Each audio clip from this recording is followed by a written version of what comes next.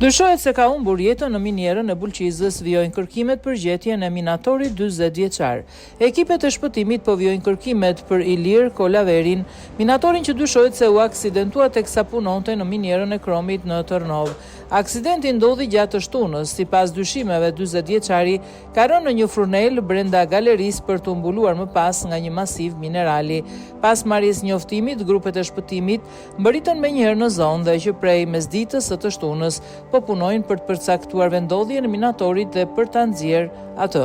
Ndërhyrja po zhvillohet në rrethana të vështira për shkak të strukturës së minierës dhe mundësisë së shembjeve të tjera. Miniera Krumit në Tërnov menaxhohet nga kompania Eternal Security. Ndërkohë, autoritetet kanë hapur hetimet për të sqaruar plotësisht rrethanat e aksidentit dhe për të përcaktuar shkaqet e ngjarjes.